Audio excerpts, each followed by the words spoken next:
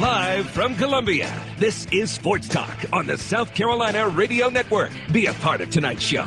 Call us at 800-956-7226 or email talkback@sportstalksc.com. Now, here are your hosts for Sports Talk, Phil Kornblut, Kevin McCrary, and Tom Hayes. Well, anytime you miss time, that's part of it, and it's unfortunate for him. But he did some good things Saturday while he's in there, and I think they all did. They all showed some ability. I thought offensively we got after the defense, which was good. So that was very positive. And good evening, everybody. Welcome into Sports Talk, South Carolina Radio Network, here on a Wednesday afternoon after another beautiful day in the Palmetto State. Good to be back with you. Phil Kornblut here in Columbia, along with K-Mac, Kevin McCrary.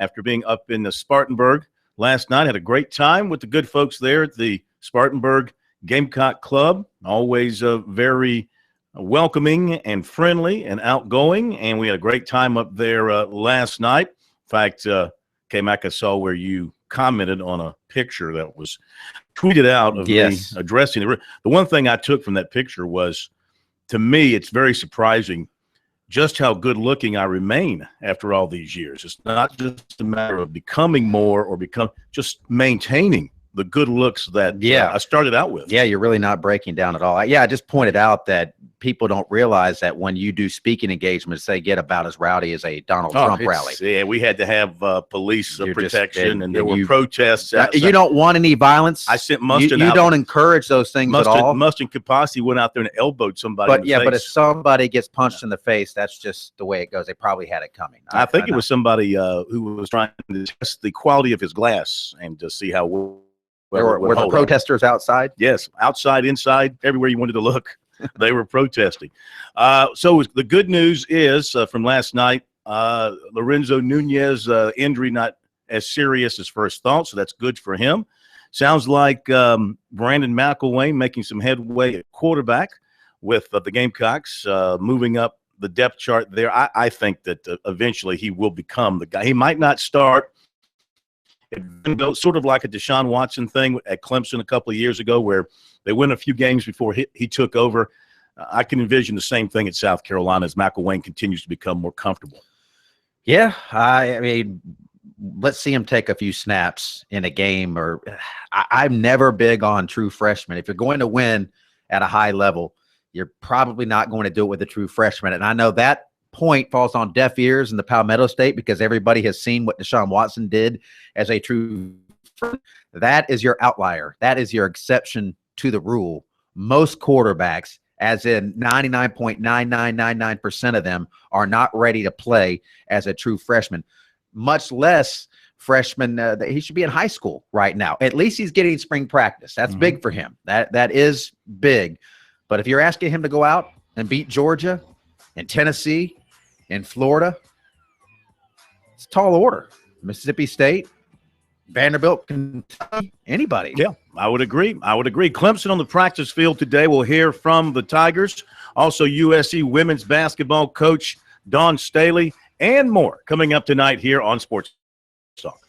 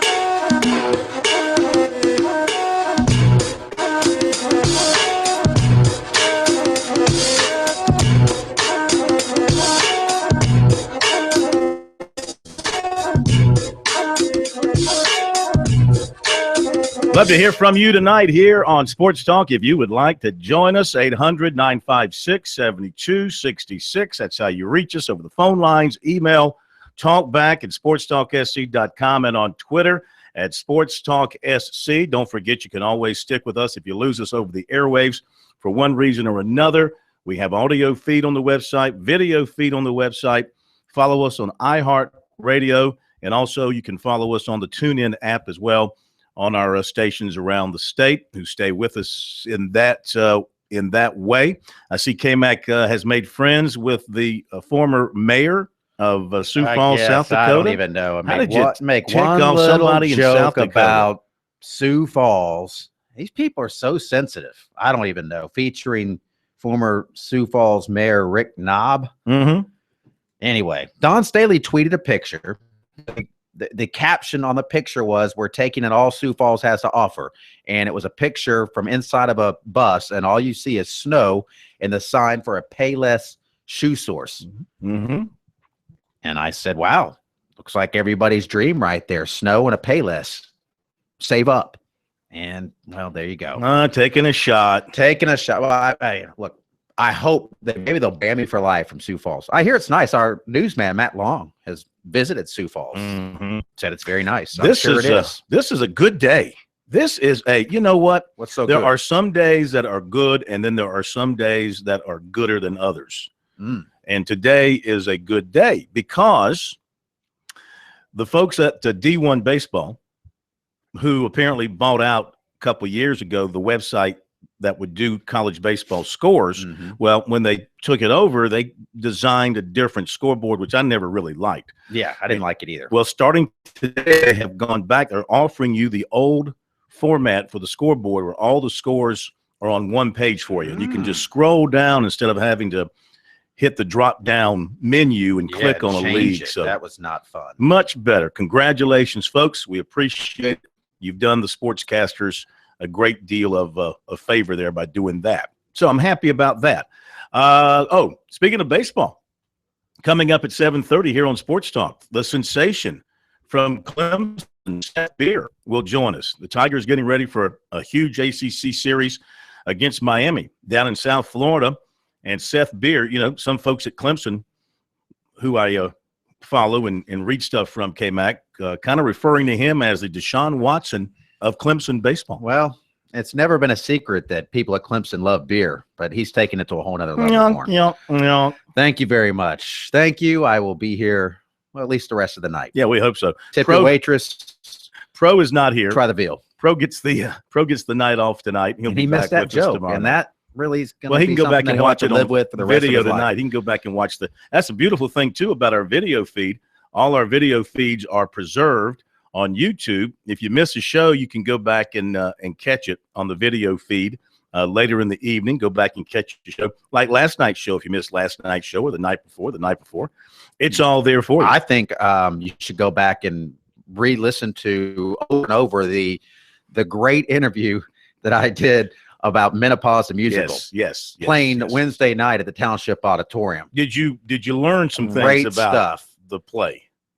All sorts of things. Yeah, Yes, yeah. it was a very, very enlightening interview Yeah, I'm sure. that you need to go back and watch. I'm sure. All right, 800-956-7266, the number. So we're going to hear from Clemson football. We're going to hear from Dawn Staley. Also more from USC football. Seth Beer, all coming your way tonight here on Sports Talk. Let me drop a few news notes here on you, some things going on I want to share with you. First of all, Westwood High School, according to Reggie Anderson from News 19, Westwood has hired AC Flora offensive coordinator Dustin Curtis as the new head coach. He's been at Flora since 2009. From Lou Bizak at the State, Northside Christian announces the hire of Jerry Brown as its new football coach. Formerly of Berkeley, formerly of Fairfield Central, formerly of Spring Valley. formerly of where was he before Spring Valley? Was it Batesburg, Leesville, where he was? I think so. Anyway, highly successful coach. The pastor of Payne, Corey Miller, tweets out he's hearing that former Gamecock and NFL safety linebacker Corey Jenkins is going to join the USC staff in the strength and conditioning area and also working with the defensive line. So there you go. That's a very smart move. Out of the College of Charlotte from Andrew Miller, the Post and Courier, Cougar sophomore forward Donovan Gilmore has left the team, transferring to another school after the spring semester. Second player to leave following Canyon Berry. Gilmore played in 25 games this season, 6 starts, averaged 1.4 points, 1.7 rebounds per game. Steve Spurrier is going to be honored at the University of Tennessee. The Knoxville Quarterback Club has named him the recipient of the Robert Nealon Award, presented annually to, quote, an outstanding man who has contributed greatly to college athletics, end quote. He will be honored at a banquet April 15th and recognized at Tennessee's spring football game the following day. Tournament odds for the Sweet 16 from Bovado. Villanova favored by 4.5 over Miami. Oklahoma favored by 3 over A&M. Kansas a 7-point favorite over Maryland. Oregon by 3 over Duke. Virginia by 5 over Iowa State. Notre Dame by 1 over Wisconsin. Gonzaga by 4.5 over Syracuse. And North Carolina favored by 5.5 over Indiana. And this story from the Myrtle Beach Pelicans, issuing a statement today from GM Andy Milovich regarding the club's cancellation of their family first night and field day promotion, which incorporated Adam LaRoche's recent retirement from baseball. And they said, quote, the Myrtle Beach Pelicans strive to create a family-oriented atmosphere throughout our organization, both during our games and throughout our operation.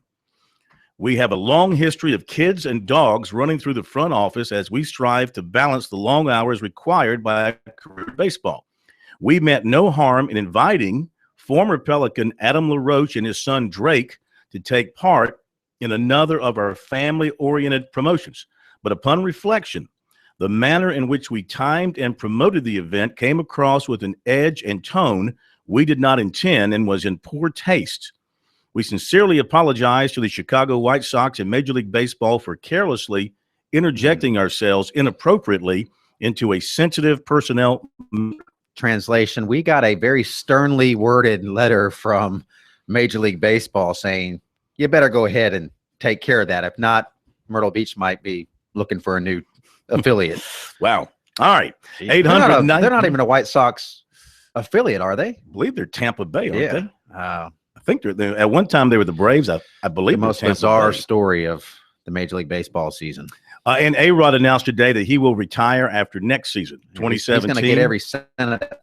Oh, yeah. Last year of his contract. And Joe Garagiola passed away today at the age of 90. Those of us who used to get one baseball game a week, the game of the week on NBC and whatever network happened to have it, can remember well the ramblings of Joe Garagiola and the inside of Joe Garagiola. He and Yogi Berra grew up on the same block in St. Louis. Imagine that, to have two Hall of Famers, one for the game and one for broadcasting, growing up right there together. All right, 800-956-7266 is the number. We will get to phone calls after the break. Short on time here going into this break. We'll get to phone calls coming up here in just a little bit. And K-Mac, you have anything else you want to add from the Twitter world or anywhere else? I think we're good. We got it all covered? We got it all covered. All right, so the USC women have arrived in South Dakota. We know that. USC baseball team on its way to Mississippi to play Ole Miss starting tomorrow night in the 3-game set, which should be outstanding.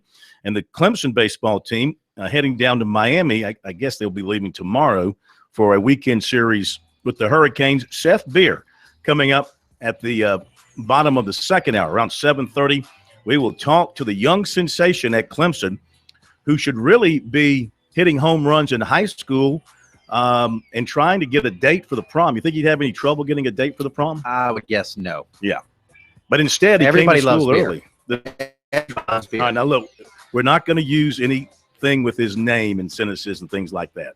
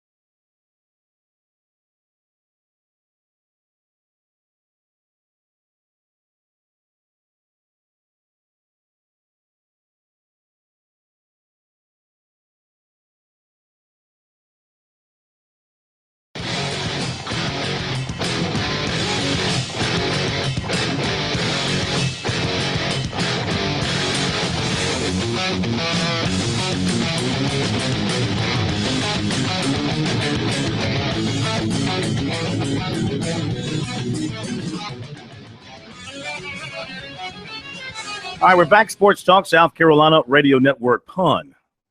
That's the word that we were looking for. That's the word you were looking for. We're not going to use Beer's name in pun form because he's heard it all. I'm not going to use it to him. I'm not going to do a whole interview. Well, I mean, you're gonna wait. Still fun. We're gonna welcome him in, and we all know that. Look, I was down in Charleston when Monty Lee was down there. I know he loves beer, but I think he really loves Seth Beer. Going to crack open a beer here tonight on Sports Talk. You've got an 18-game hitting streak flowing. Mm-hmm. Continue. It's a keg worth of games. Mm-hmm. I'll go all night. Yeah, thank you. Please don't. You want it, I'll deliver it. You just let me know. Corn. In the ACC today, Miami is beating Bethune-Cookman 3-0. Bottom of the first, Louisville on top of Purdue, top of the first 4-0. Florida State leading Central Florida 3-1. That's in the top of the eighth. In the SEC today, no games are scheduled. Nothing being played in the SEC. And let's see, we have anybody else around the state playing today. Saw where Charleston beat Coastal Carolina yesterday. Good win for them. And check the Big South here. Nope, don't see anything there. One team from the state is playing. Upstate is playing Lafayette, and they're scoreless in the top of the first. So if this scoreboard is accurate, we're up to date on scores of interest to us. So coming up, we're going to have coverage of Clemson football. That should be coming in shortly. The Tigers wrapped up practice today around 5:45, so we'll be hearing don't know if we'll hear from Dabo Sweeney or Brent Venables today or just who we'll hear from, but we'll have that for you coming up. Dawn Staley, USC women's basketball coach.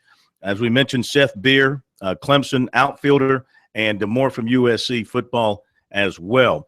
As far as the USC practice went yesterday, you guys covered that when I left the show last night. What else kind of stood out to you as far as what Muschamp had to say? Well, he keeps talking about their lack of depth at safety when he was mentioning Moody coming back and joked that he might have to play defensive back along with T-Rob at the rate they're going. And that's certainly a concern for him. But, in the McElwain making strides, as we talked about earlier in the program, the uniforms, the little body shots to the reporters about their sources. I think everybody's starting to kind of settle in right now. They're 5 practices in. Muschamp is kind of feeling everybody out, and I think he's feeling his team out a little bit. Those are the main things I took away from it. Okay. All right. Did you see where Ron Rivera said today that after the Super Bowl, losing players shouldn't be interviewed? Yeah. Just the coach? That was easily the most ridiculous thing that I What's he saw thinking? or read today. What is he he spent thinking? 20 minutes defending Cam Newton, which is fine. You defend your quarterback. That's what you have to do. But saying that losing players in the Super Bowl shouldn't talk to the media. Yeah. That's when you're taking it. It is a big game. It's hard when you lose. Yeah. We get that. But they are professionals. It's a game. You know? Yeah, that's your job. Mhm. That's your job. That's part of your job. Your well-paid job. Pelicans are a Cubs affiliate, we are told. Yeah, and apparently very good at promotions. Well, that's what And they're there that's a for. good one. Yeah. We'll be right back.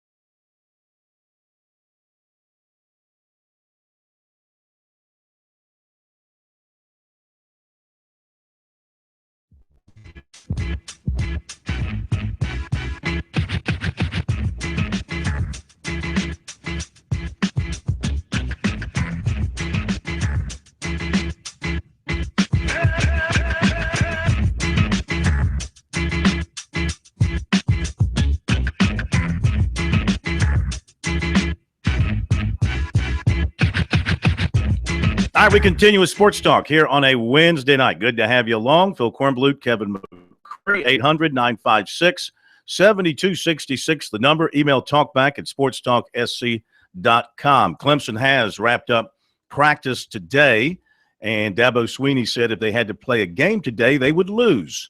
They had a scrimmage today, and apparently he wasn't real happy with everything that he saw there. But, it's a smart move on his part, whether or not he's being truthful about the way they played. You don't want to talk your team up too highly here and have them thinking that they're all this and all that. You still want them to believe that they've got a lot of work to do and a lot of areas to improve in. And this is not to say that Clemson doesn't. I think you look at their team and certainly their secondary with the loss of Caleb Chalmers and the other players that have left, there are a lot of holes in that secondary. They feel like they've got good players to step in and fill those holes, but they're going to have some inexperience back there, and they're going to have to cover up for that in some form or fashion. The help, of course, is a really good pass rush, which they should have from their defensive front. And they've also got to make up for the loss of some linebackers, too. Now, getting Corin Wiggins back healthy will be big. I mean, he was a really good player before he got hurt, so you got to figure that he's going to step in and pick up where he left off, probably playing in the secondary somewhere, and that will be an immediate help for them from that standpoint. Jadar Johnson has played a lot, but you're talking about guys like Tanner Muse and Ryan Carter, Denzel Johnson, even Mark Fields has only played just a little bit, Marcus Edmond. So that has got to become an area of concern. Of course, now here we are, kind of talking the same way we did about the defense last year. Yeah, before. And the players that they lost. And but then again now, let's don't forget their defense, though, while it was very good last year and another top 20 type defense, they did have an issue with chunk plays against them. I think Dabo pointed out that they gave up 71 plays of 20 yards or more in the season. That's a lot for a very good defense. Yeah, they gave up some chunk plays. I mean, they had a stretch of games there from Syracuse really to the Oklahoma game, and they started turning it around a little bit against Oklahoma. They shut down the Sooners. Maybe they got some rest in them, but they were giving up some yards. They were giving up some points. Their offense just rolling so much it didn't really matter. People didn't notice, but North Carolina moved the ball on them. South Carolina scored 31 on them. I know they got the backdoor touchdown, but all the points count. Mm-hmm. So they did give up some plays, and depth was a concern last year. They managed to avoid major injuries, but when you're worried about depth, you're just playing with a thin margin for error. But we keep saying this, Clemson has an offense that is going to be able to mask a lot of their problems on defense. If the defense gets a quick touchdown, it'll just be the offense getting the ball back that much quicker to do their thing, because I think that offense is going to be very, very difficult to stop. When you get to the postseason, when you get to the playoffs where Clemson wants to go, you do have to have a defense, though, because that is, at the end of the day, the old cliche. Why do they call them cliches? Because they're true. Mm-hmm. You do have to have a defense, because there is going to be that game where the offense doesn't bring it to the park. Your defense has to show up every game. Here's the question for Clemson fans. What's going to happen if, God forbid, on your part, Clemson loses 2 games in the regular season? And, I mean, is Clemson now at the point where the fans at Ohio State and Notre Dame and Florida State and those fans, where you lose 2 games and the season's a complete wash, because now you're out of the running for the national championship? Even winning your league championship won't mean anything to you because you didn't get to the national playoffs. Now, is Clemson at that stage where it's playoffs or bust when it comes to having a successful season? Next season it is, I think. Anything short of that, with this in all likelihood being Deshaun Watson's last year, you have arguably, and it's a very weak argument if you're going the other way, the best player in college football, a loaded offense. You made it to the championship game a year ago. You do lose some guys, but you bring back your core, mm-hmm. the heart and soul of your team. Yes, if Clemson ends up playing in the Capital One Bowl or whatever they're calling the Russell Athletic Bowl, or people aren't going to be happy about that. They're going to be very disappointed.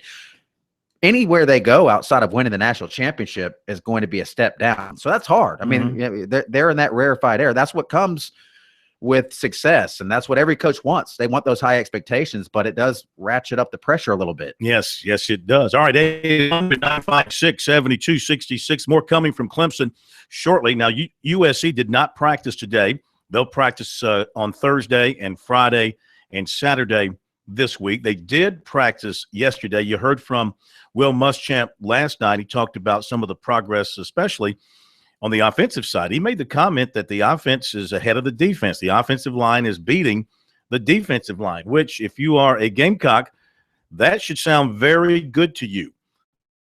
The defensive front is pretty good. The offensive line has lost some guys. They've moved some guys around, but I think their offensive line has a chance to be pretty decent and be pretty solid. I like the looks of Zandy at the left tackle. Camper has played some. He's at right tackle. Corey Helms should be a boost at left guard with his experience. Alan Knott is solid at center. And over at right guard, my goodness, I think you've got a guy in Zach Bailey who's got a chance to be at least a two-time All-SEC performer at some, first team, second team, third team. He's that good, I think, and he should be very solid at that other guard spot. Bryson Allen Williams, one of those who's been singled out by the Gamecock coaches as having a good camp, was among those to talk with the media yesterday about spring practice so far, and he updates us on the way things are going both for the defense and for himself. What is your goal for yourself this season? Just go out and do what I have to do. It's very important to me, to go out here and, show everybody, prove to myself that, I can really do this. I'm having an okay spring. I'm doing what I'm supposed to do on and off the field, and I just got to go out and, prove it during the season. You feel like they're looking at you at several linebacker spots. You're pretty locked in. They're looking at me at a lot of linebacker spots. Coach Hustler, they tell us, learn all of them. So I'm learning, all the linebacker spots that we have, doing a lot of things. The more you can do, the more you're going to be able to get on the field. So you have a comfort level more so at one than the other? I'm definitely comfortable at all of them. I try to learn everything. So everything that we have to do, I try to, learn it. Absolutely. Coach Muschamp is crazy for the guy who's one of the linebackers playing fast. That's because you pick up the system pretty quickly. Like I just told him, that's just how I play. High effort, high intensity. That's the biggest thing for me. As long as I go out and make sure I go 110 miles per hour to the ball, I know good things gonna happen. Nothing bad happens when you're running fast to the football. So. How different is this system from last year's system? It's different. High tempo. It's very, a lot of install, a lot of schemes. That's gonna help us win games in the SEC. And Coach Muschamp is a great coach. Has great defenses in the SEC. So why not want to learn from him? Why not want to play under him? So I'm very excited. What's the biggest difference in layman's terms, do you think? Just a lot of stuff that we do. A lot of rotation. We don't have just certain guys sitting in certain spots. We do a lot of things. If you're in a different spot, we're gonna give you a lot of disguises. Just different things. That I assume makes it more difficult. Oh yeah, it definitely makes it more different the game plan against too. So for offense, the opposing offense, it's very hard to game plan against the defense. So like I said, I'm excited. I'm excited to learn from these great coaches that we have.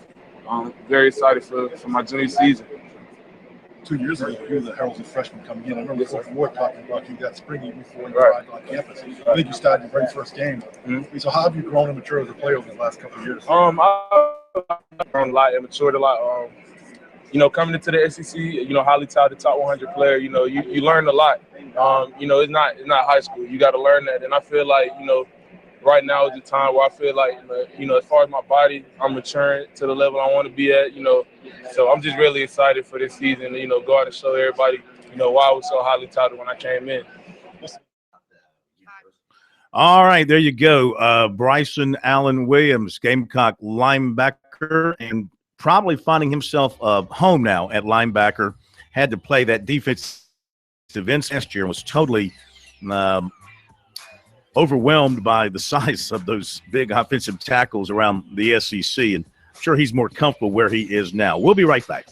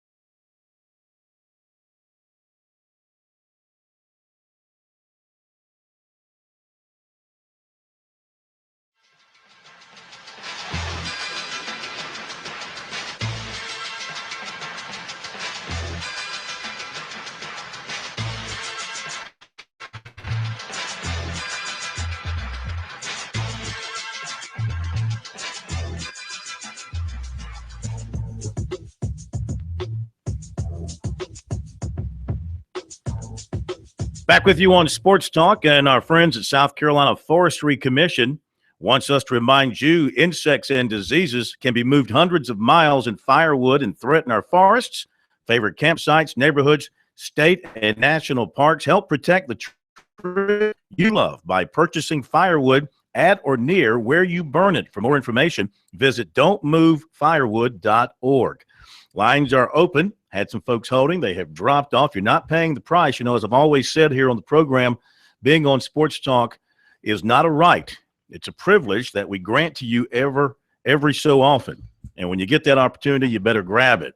So be patient, and we'll get you on the air. But you got to hang in there. 800-956-7266 is the number if you want to join in on the program. Coming up, we'll give you recruiting here in just a couple of minutes. We're waiting for more from Dabo Swinney to come into us as far as our audio with him. The Tigers did scrimmage today. As I told you from a comment that was tweeted out from one of the reporters, Dabo did not appear to be very pleased with what he saw of his team today. The one angry Dabo day. He's got to have one of those. He works in there. Yeah. I think he determines that ahead of time. You know, I think in looking ahead, though, in all seriousness, the Auburn game will be a real test for them. I don't think that's anything that you can take for granted, no matter how good Clemson was last year and how bad Auburn was. You're playing in an SEC park. There's going to be 80,000 plus.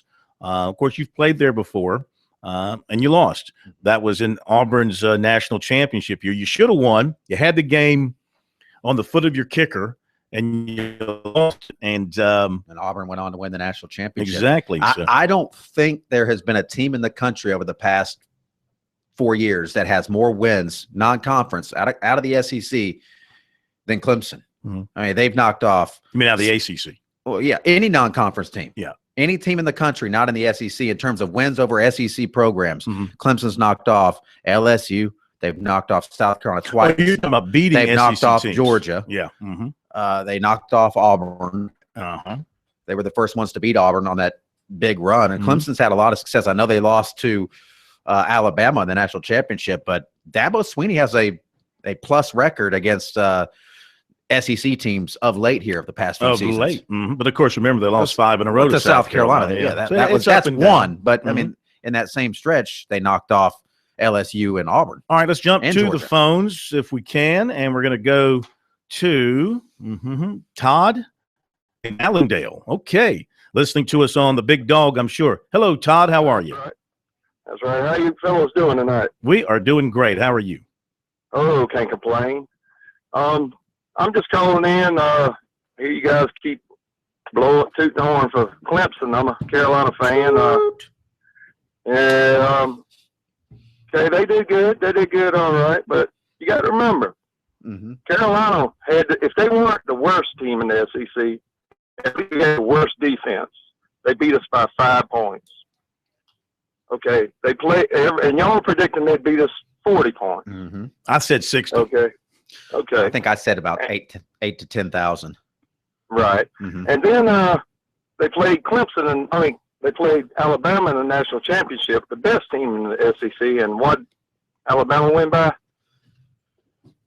Well, Clemson scored late. It was about a touchdown, wasn't it? Final score? Well, so, at best, and that's Clemson. 45-40. Alabama beat them 45-40. Okay. So that puts them about midways in the SEC. So they'd have made a mediocre SEC team. And that's not counting if they played an SEC schedule. So well, that's kind of my thoughts on the thing. Well, listen, I don't think you can argue the fact that they live a charmed life in the ACC. That's right. They in their division. Now, in time, it may change. Clemson may come back to the field a little bit. Of course, Florida State, they'll be looking to be back to where they used to be, and they get Clemson at home. Louisville, I think, will be better because they've got their quarterback now, and you give Bobby Petrino a good quarterback, he can do a lot of dangerous things. Now, their defense has dropped off since Charlie Strong left there. He's got to rebuild defense some. But the rest of that division, NC State is always a pretender, never a contender. Boston College is horrible, way down. who else am I thinking? Oh, Wake Forest is Wake Forest. I mean, they can sleepwalk through most of their division. If they beat Auburn, if Clemson beats Auburn next season, as they'll be favored to do, they've got one more contending game on paper they have to deal with to get to the ACC championship, and that's Florida State. Now, as fans and media, we can talk like that, and certainly coaches and players take a different attitude. But on paper, that's what it looks like very clearly. We'll be right back with recruiting.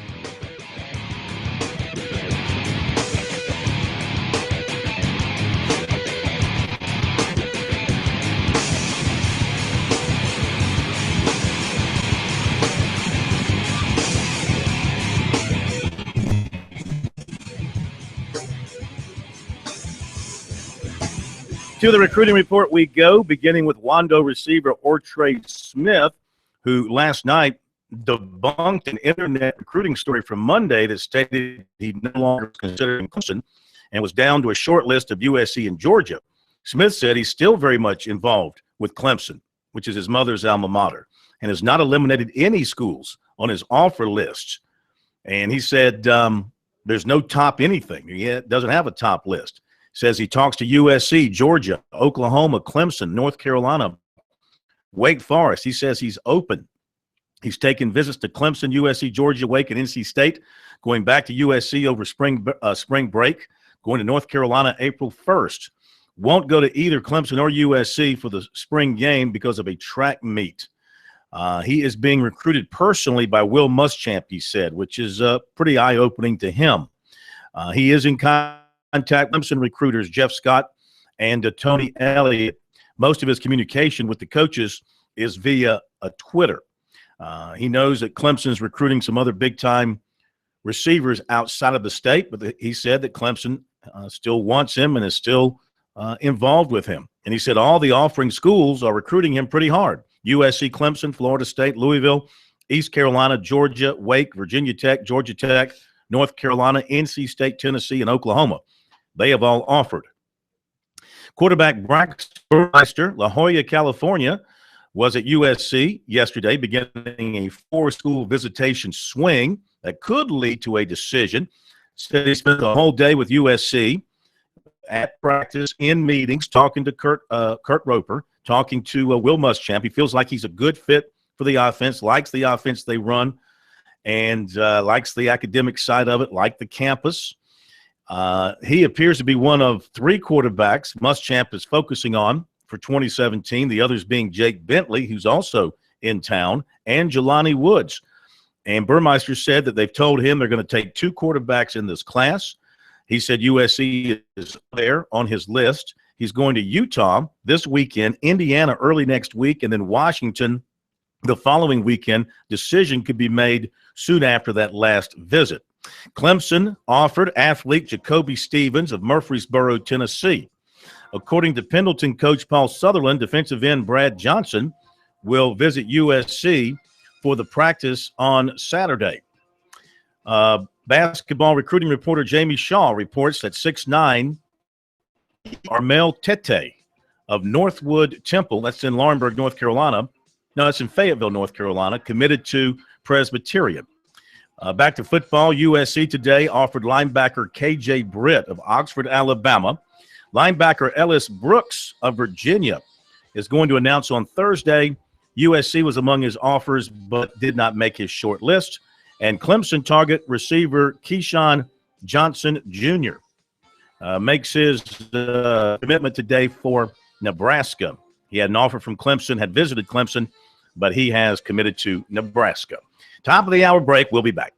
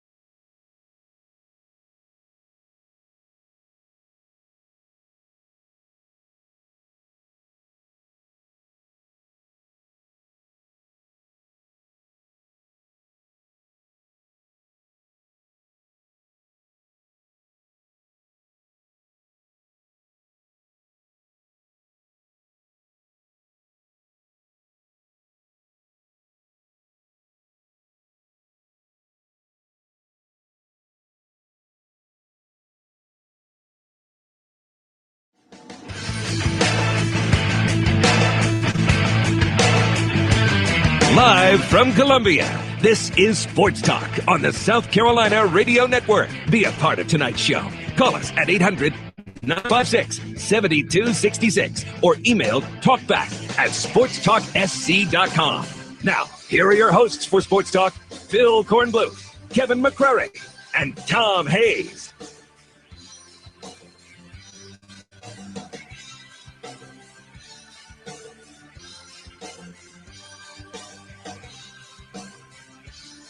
And we're back, Sports Talk, South Carolina Radio Network, here on a beautiful Wednesday evening from downtown Columbia, your capital city. That's right. This is where all your taxes come from. And don't worry, they promised us the roads will be fixed here real soon.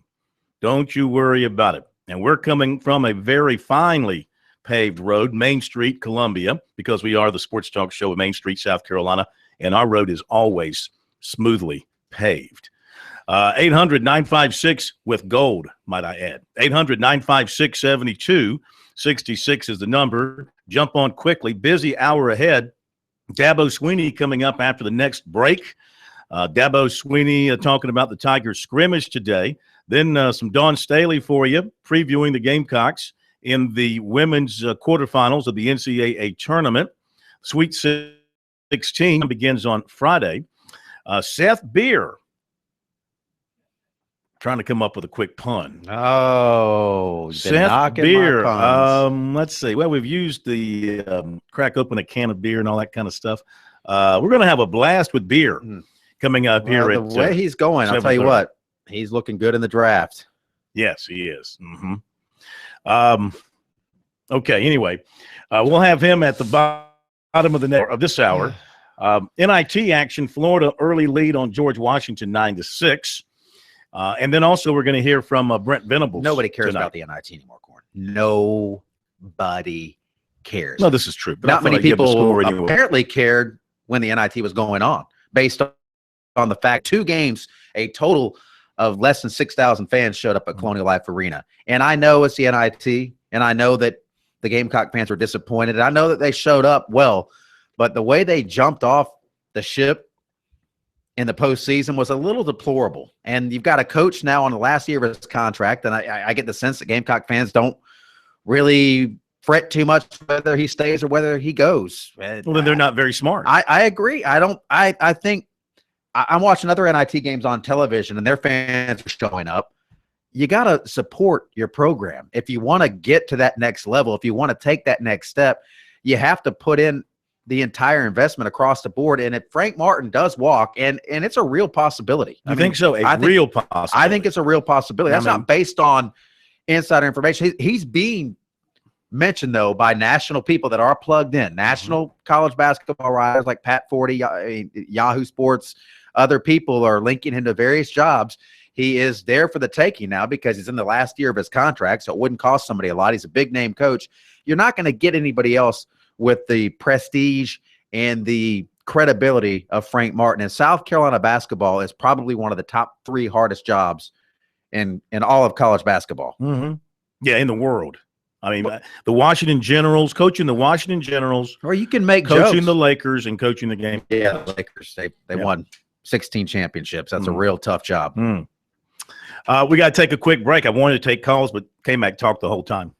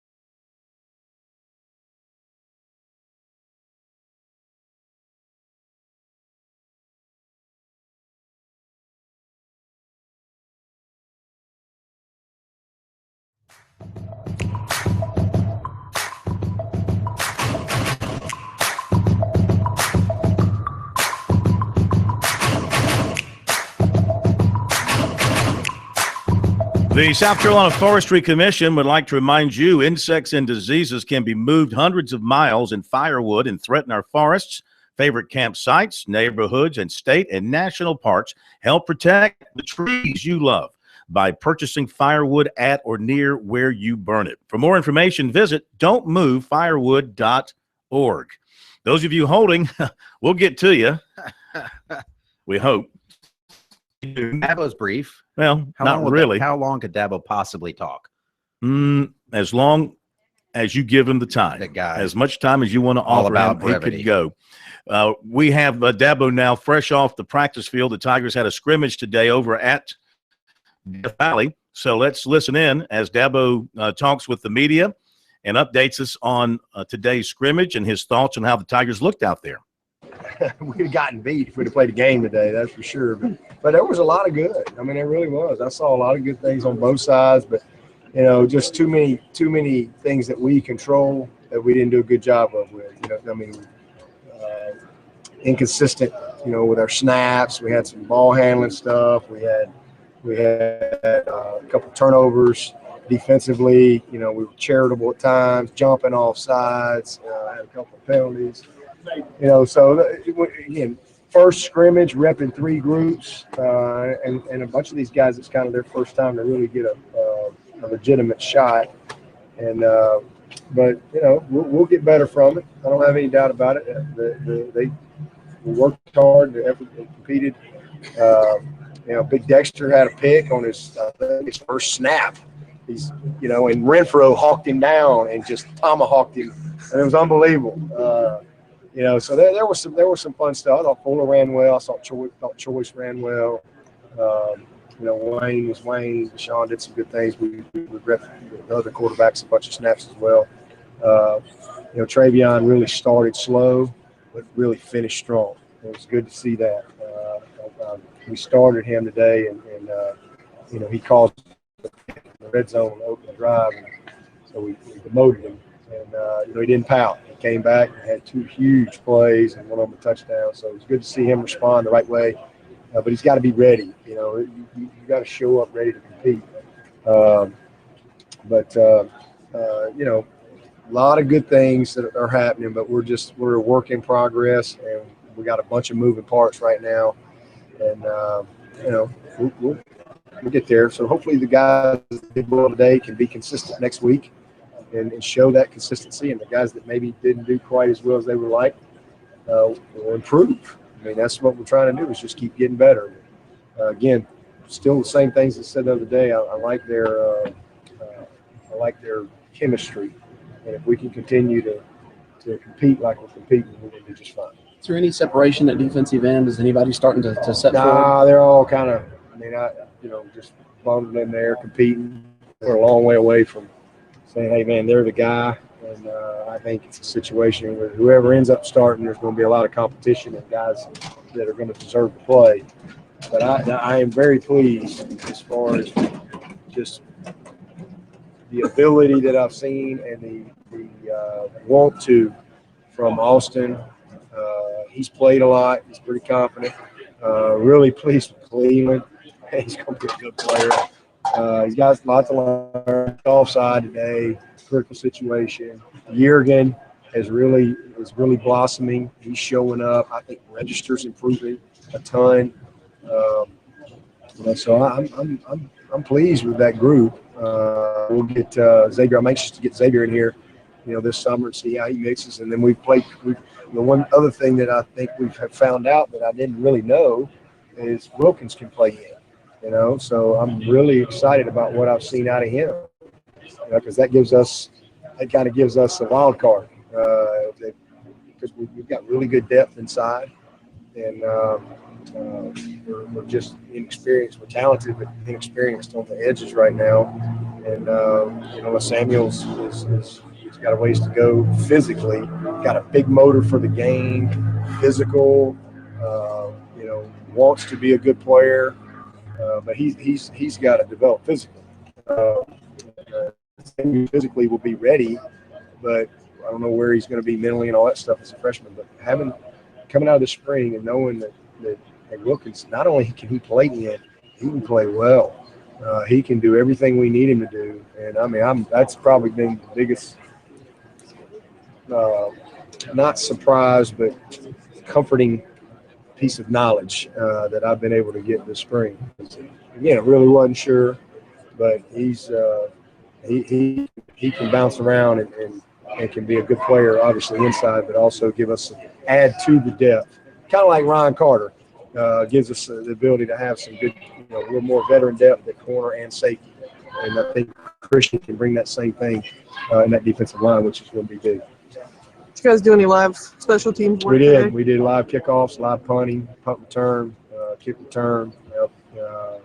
We've really worked hard, and today was the first time that we spent the majority of our time on fundamentals and drills and film work and trying to really make sure that they truly understand what we want them to do. And today was the first time that we put it all together. And I thought we did a nice job. I had some guys show up. I'm anxious to watch it. Muse is one guy that just jumps in my head. Okay, this kid is going to be a Steve's demon, and he's really just showing up. You see his speed showing up because he's just more confident. So I'm anxious to watch that tape because I think we got a lot of guys that want to be involved in the teams, and we'll keep working at it. Is Hugo still your guy at kickoff? Hugo kicked off well. He really kicked off well. In fact, he kicked into the wind. The first one, he kicked it about 4 yards deep into the end zone. The biggest thing with him is just, maturity and strength and growing. I mean, he can do it.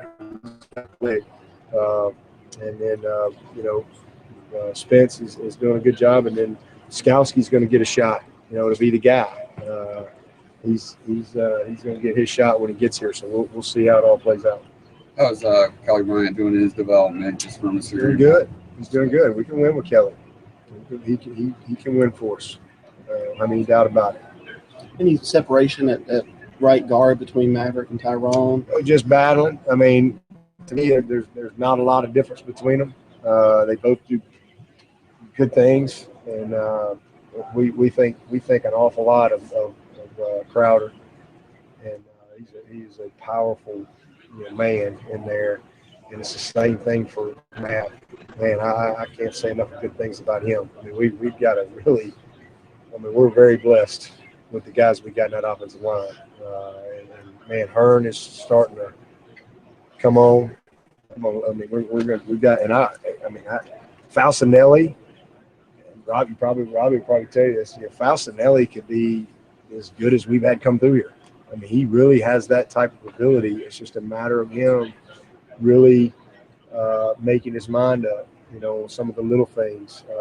He's a brilliant young man, but sometimes he's not as focused football-wise as he needs to be. Man, he's just going to be a sophomore, but he's a guy that has a chance. And then, Giella is starting to become a physical player for us. Noah has been out the last day or so. Hopefully we'll get him back here in another day or so. And then if those two young ones, Pollard and Ankle, them two right there, well, I'm glad they're on our team. Both those young men got bright futures for us, with no question about it. They got the right stuff. All right. Dabo in full Dabo mode. Almost everyone is great. He builds them up like none other. He'll be critical when he has to, but when it comes to throwing love at his players and at his team, I don't think anybody trumps him. He kind of started it out with a little bit of negativity, but Dabo just lives his life that way. That's him. He believes in the power of positive thinking. Top rusher today, Adam Choice, 11 rushes, 51 yards. Tyshawn Dye, 7 for 32. C.J. Fuller, 11 for 29. Gallman played sparingly, 27 yards. Deshaun Watson, 6 of 11 for 63, a pair of touchdowns. He threw a scoring pass to Hunter Renfrow and another one to Jordan Leggett. And Trevion Thompson, the top receiver, 3 catches, 114 yards. We'll be right back.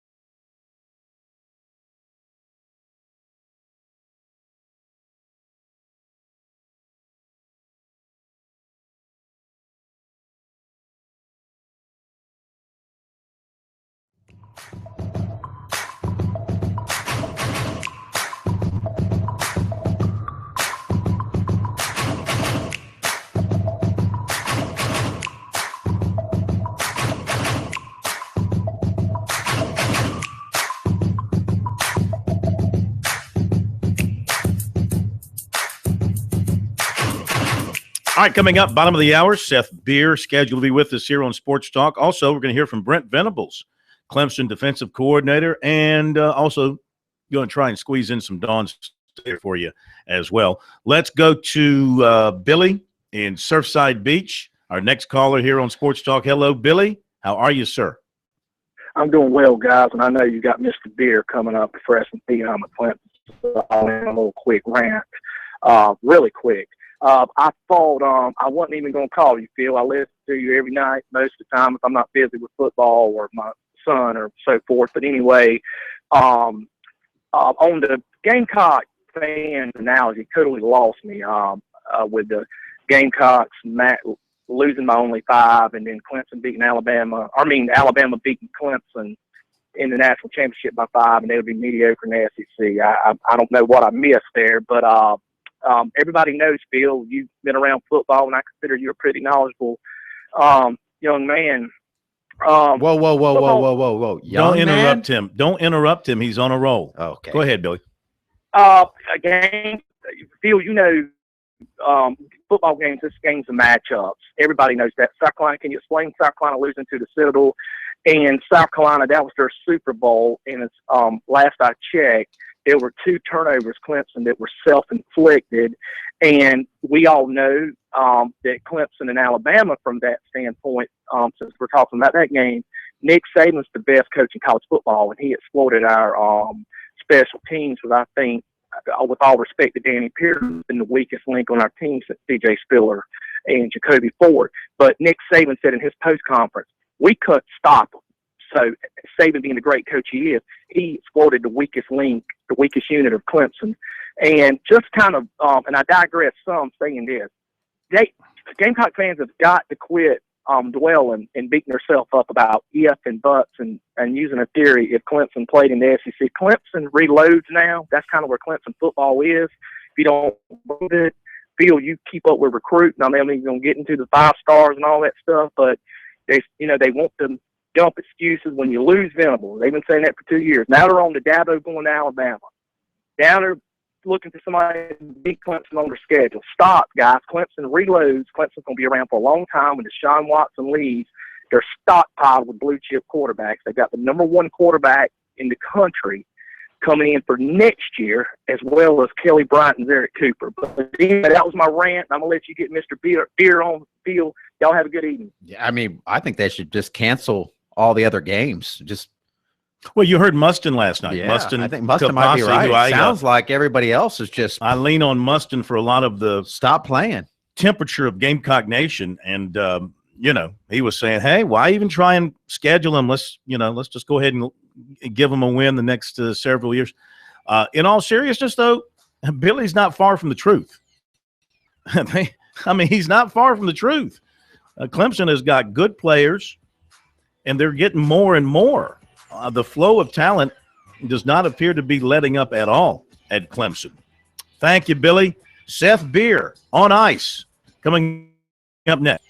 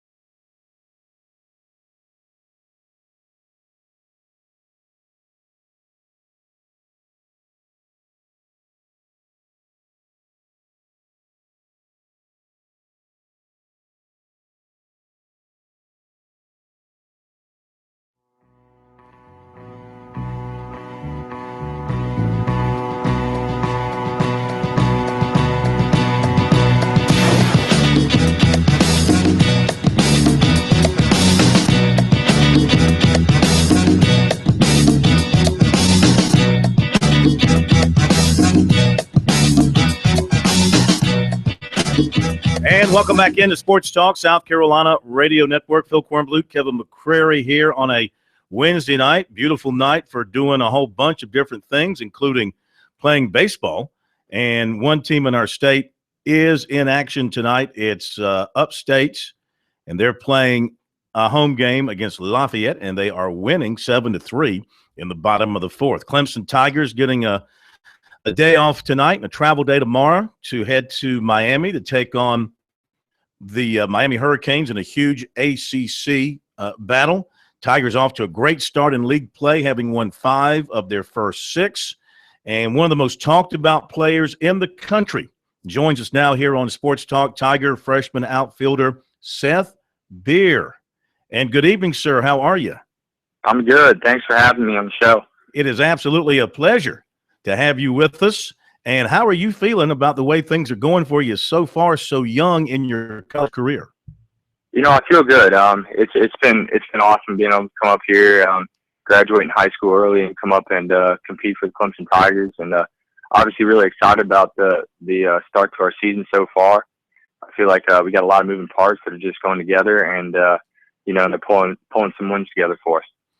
Man, I tell you what, baseball is supposed to be hard. Hitting a baseball is supposed to be extremely hard. And you're supposed to be in high school, and you're just tearing up college pitching so far. I don't want to say it's coming easy because obviously it's not, but what do you put your finger on for why you've been so successful so far?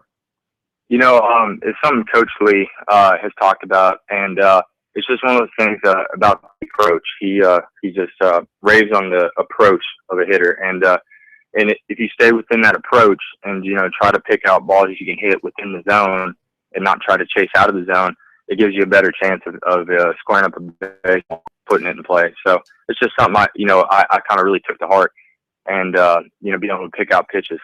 Did you have this kind of patience and this kind of eye coming through your young career and through your high school career? A little bit. Obviously, you kind of had to adapt a little more because, the college pitching is completely different than high school pitching and travel ball pitching. And, they can spot up a lot better and stuff. But for the most part, I kind of had a good feel of where the zone was. But, obviously, it had to change a little bit even more because, of how good these pitchers are. You're batting .448 at this point. You've got 9 homers, 26 RBIs. You've walked 14 times. You've only struck out 7 times. Is there a particular, I don't know, are you a big stats guy? And if so, is there a particular stat that you're really proud of so far? I guess stats, really aren't the big thing because, it's just one of those things. You could be hitting the ball really, really hard and hitting them right at people, and obviously it drops your stats and all that kind of stuff. So you really got to, think of the big picture. And when I go up to the plate, I'm just thinking about, what I can do to help my team win. If it's move over a runner or get a guy in from third base with a fly ball or a ground ball, then that's what I'm looking to do. But just the big thing of just staying relaxed and having fun, has kind of been the big thing. Just not trying to put too much pressure on yourself. Probably one of those stats, I've been pretty excited with so far was the home runs. It's one of those things I didn't expect that at all coming out of high school, that I would be putting the barrel on the ball like that so far. And so that's kind of a cool experience to have so far. Yeah, you're the subject of our poll question on our website this week. Our poll question of the week is, how many homers will you hit this season? 10 to 15, 15 to 20, more than 20. So far, folks are saying about 44% predict you'll hit more than 20 homers, which is a lot in college baseball. I had a guy just now on Twitter say he's going to hit between 10 and 20,000 homers. Oh, that's all. So you got some work to do. Yeah, that's a lot of ABs. There you go. So, do you think home run when you're ready? No, you can't think home run. If you think home run, then you're going to strike out or pop up. That's just the big thing. So you just like how, was talking to you guys earlier about it's just trying to stay within your approach. And if you're just thinking about, a certain pitch in a certain spot and you're just trying to barrel up, sometimes good things will happen. And that's when, sometimes like home runs will happen. So it's just one of those things. You got to think within that. If you start thinking with, outside of your approach, then that's kind of, when you start to swing outside of your zone at pitches you should be swinging at. And that's, obviously when pitchers win and they get you out. So, you're just trying to stay within that zone. So I try to go up there never trying to think about home runs, but obviously, anybody who's swinging the bat, wants to hit a home run every at bat. That's just part of it. Sure. But you got to try to keep that in your mind and not try to dictate, what that's going to be as you're at bat. As a youngster, did you model your swing after anybody? Growing up, I was a huge Josh Hamilton fan. I was a really young kid watching him in the Home Run Derby in 2008. So I kind of took the toe tap and the kind of the load in the hands from him. And he's a guy I've looked up to, his diversity and also his, being a Christian and all that kind of stuff. But that's a guy I've always looked up to and tried to model my swing after. When did the idea of leaving high school early for you? I mean, we hear it for the football guys, but they're not jumping right into a season when they enroll in January. They're going to go through spring practice and then start school in the fall. And you did it, and you, of course, immediately jumped into your first college season. When did the idea of doing that enter your mind? It's funny. It was actually from my mom. My mom was kind of like, because we were on the fence about what I was going to do. I was held back. Wait. You mean mom was ready to kick you out of the house? Normally it goes the other way. No, she didn't want that. But she was proposing that idea, saying, because I was held back. Mm-hmm. And because of that, the whole draft thing and stuff, scouts and stuff like young guys. Mm-hmm. They're like guys that can, prepare and get ready in the minor leagues and stuff. So if you're older in high school, actually, it's kind of a bad thing. Okay. And my mom said, well, what if we enrolled you early in college, and you skip a grade without, skipping a lot of schoolwork and having to double up on all that stuff. And I was like, that's not a bad idea. Mm-hmm. And obviously we ran it past Coach Leggett at the time, and he was all bought into it. Oh, yeah. He was great. He would have liked you last year. Oh, yeah. He was all bought into it and kind of went from there. So that kind of was at the end of my sophomore year.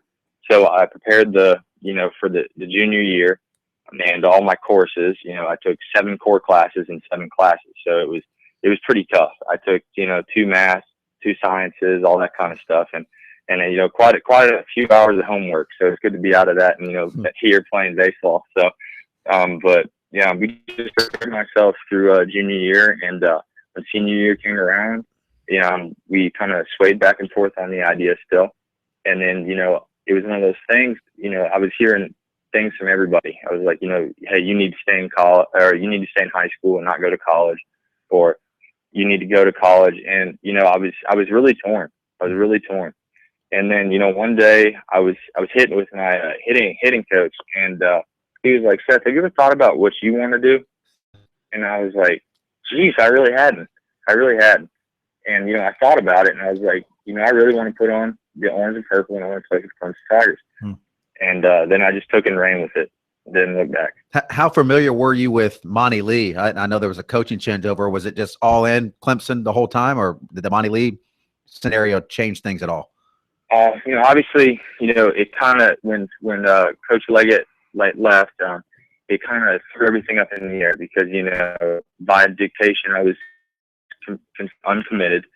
And I was like, oh, geez, this is crazy because, it's one of those things you can't look into other schools and say, hey, I want to be there in the next couple months, And so I remember sitting down with my parents and we were eating dinner in Fort Myers. I was playing in a tournament. I got a call from South Carolina number. I said, I wonder who this is.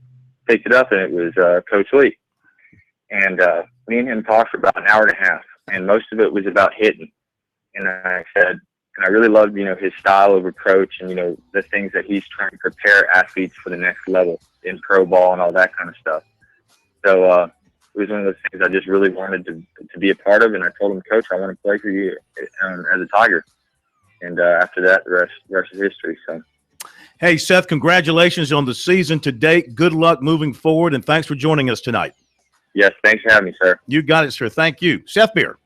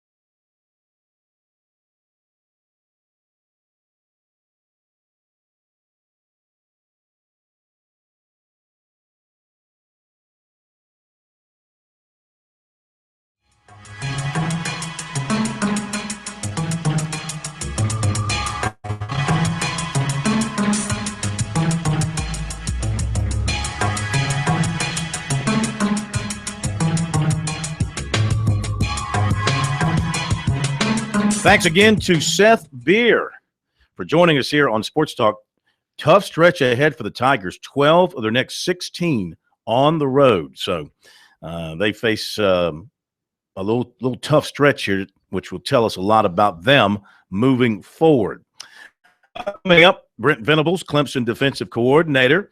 But speaking of Seth Beer, we hit a home run with him. He hits home runs, and you can hit a home run with Founders Federal Credit Union, and it's coming soon to Tigertown. Founders Clemson location will be open soon. For now, check out the Founders 4 on-campus ATMs. Visit RelaxJoinFounders.com to see if you qualify for membership. Speaking of Founders, they were putting the new Founders name atop the scoreboard at Founders Park at USC as of yesterday. So that'll be up there for the next South Carolina home baseball game. Speaking of baseball, let me update a couple of things for you. In the ACC, Louisville leading Purdue 9-0. Florida State has just beaten Central Florida in 11-5-4. Bethune-Cookman and Miami are tied at 3 in the top of the 6th. And it is Upstate 7-4 over Lafayette, top of the 5th. Now back to Clemson football. Tigers scrimmage today. You heard from Dabo Swinney. Now time to hear from defensive coordinator Brent Venables and get his thoughts on what he saw. Really good when they're moving the ball, normal down and distance, first, second, third down. A lot really good. Forced a bunch of turnovers, a bunch of negative plays. Saw some really good football. I like discipline. Jumped off sides a couple critical times, and gave up one big explosive pass on the 3rd and long, and not very good on the goal line session. Good and bad on the short yardage session. Turnovers, both interceptions and fumbles. Yeah. How's the secondary looking? Good, pretty good. Gave up one long explosive play. Got the tackle a little stronger at times, but it's been solid. Well, you guys, 8 practices in, where you at? Are you where you're supposed to be? You think of the defense right now? Are you tired? I don't know where we're. I don't know about all of that, where we're at stuff. Always relative to people you're lining up against, So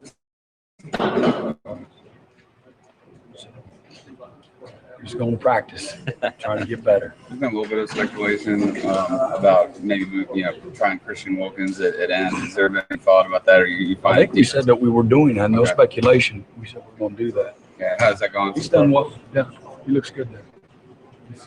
Ben looks feet. Is strong. Dexter agile enough to play out of them some if you needed him? Oh, I don't know. We haven't even got that far. We're trying to teach him how to play inside first,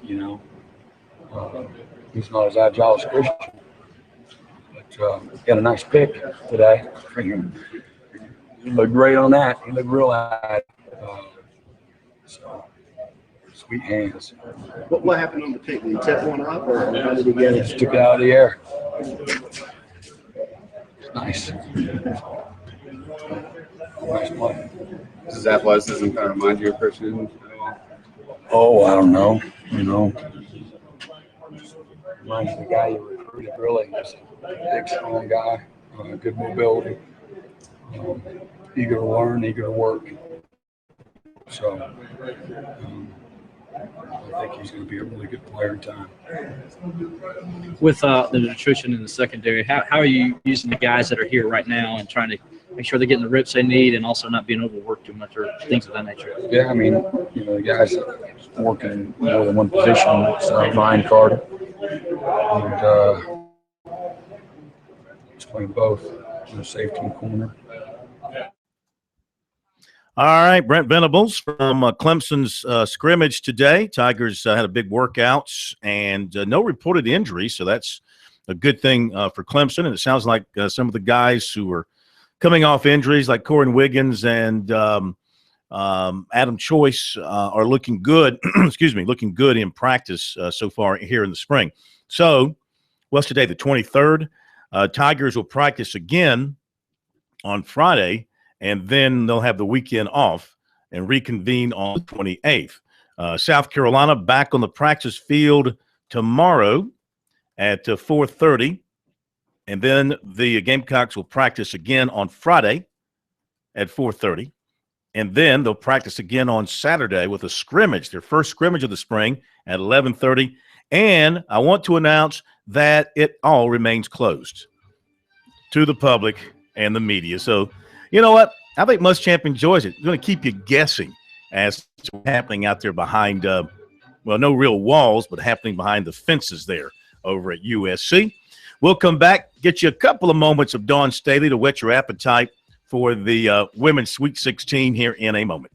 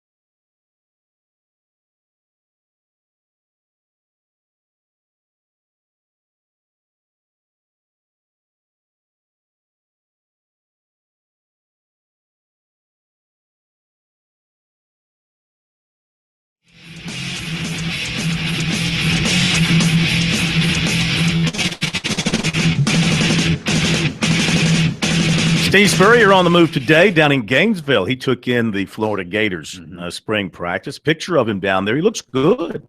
Looks like he's keeping himself in shape. Looks in better shape than Jim McElwain, to be honest with you. Of course, that just could be a large shirt that he's wearing that's kind of hanging over. Jim McElwain, you burnt. Anyway, yeah, Spurrier does look good and getting around. Going to be at Tennessee, as we mentioned, at Florida today. Maybe he'll show up at USC one of these days to watch the Gamecocks. Meantime, USC women getting ready for the Sweet 16 on Friday against Syracuse. Before leaving town, Dawn Staley talked with the media to give her thoughts. They're ready to play, and it's easy for them to kind of get up and get ready to, go to the Sweet 16 and prep for, very good Syracuse team. They're just confident. They're a really confident group. So we have to just make sure we're taking care of the ball. They turn people over 24 times. If we can turn, half of those possessions into, something that's not an empty possession, I think it works in our favor. Have you been satisfied with it's only been 2 more assists than turnovers? Yes, because it's progression, and Khadijah's playing great. She is an offensive threat out there. She's picking and choosing her spots to shoot the ball, to get to the basket. Bianca's coming along. She's more steady than not, and we have to just continue to, have that great point guard play in order for us to continue to stay in the NCAA tournament. Johnson impact this game at all? Does it matter? Yeah, I think they're aware of it. I don't quite think she said exactly what everybody's saying. I'll give her the benefit of the doubt that, it wasn't translated correctly. still nonetheless, even Tiff said about the bad taste in Syracuse last year. I'm sure any competitor, I think we got, we played some really good basketball last year. I don't think they played their best basketball, but both of us are playing some of our best basketball of the year. So it should be an exciting Sweet 16. So hopefully, our players can use their experience being in this position. Don, everybody on it, you've seen these teams before. It's a little easier in that we just, have some familiarity with them. Nonetheless, we got to play it. We have to play it. I think we're a little bit different than we were last year, and they're all a little bit different than they were last year. So and earlier this year. So we just have to lock in, and the best, the team that sticks and can execute their strengths will win the basketball game. There you go. Dawn Staley. We'll have more from the USC women tomorrow. They'll have a pre-Sweet 16 press conference up there in the Sioux Falls. Beautiful, and it's a resort area, and I would love to move there and live there year-round. If the former mayor wants to welcome me with open arms, he will. God, I'll will pack up and get up there to 20 feet of snow. It's going to be hard because minus 25 degrees. Shreveport, Louisiana, and Salem, Virginia are still really high on my list, but Sioux Falls is moving in there. Have yourselves a great night. Thank you, Larkin, and thank you, Carson. And we'll see you tomorrow night.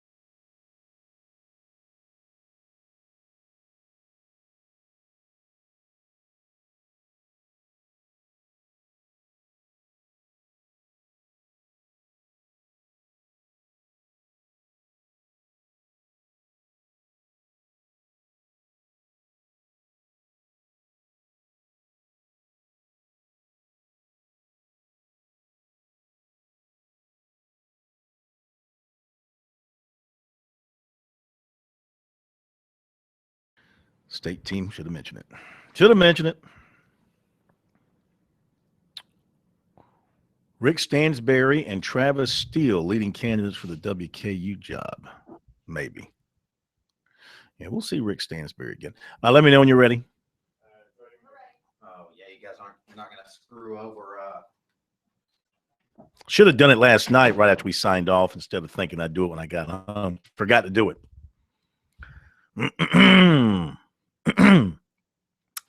Here we go in 3, 2, 1. Wando wide receiver Ortre Smith says, contrary to what was reported on the internet, he is still involved with Clemson and has not shortened his list. Smith says he talks to Clemson as well as USC, Georgia, Oklahoma, North Carolina, Wake Forest. Says he's still open to all the schools that have offered him. He has been to Clemson and USC several times. He's also going to be going to North Carolina April the 1st. Let's do that again.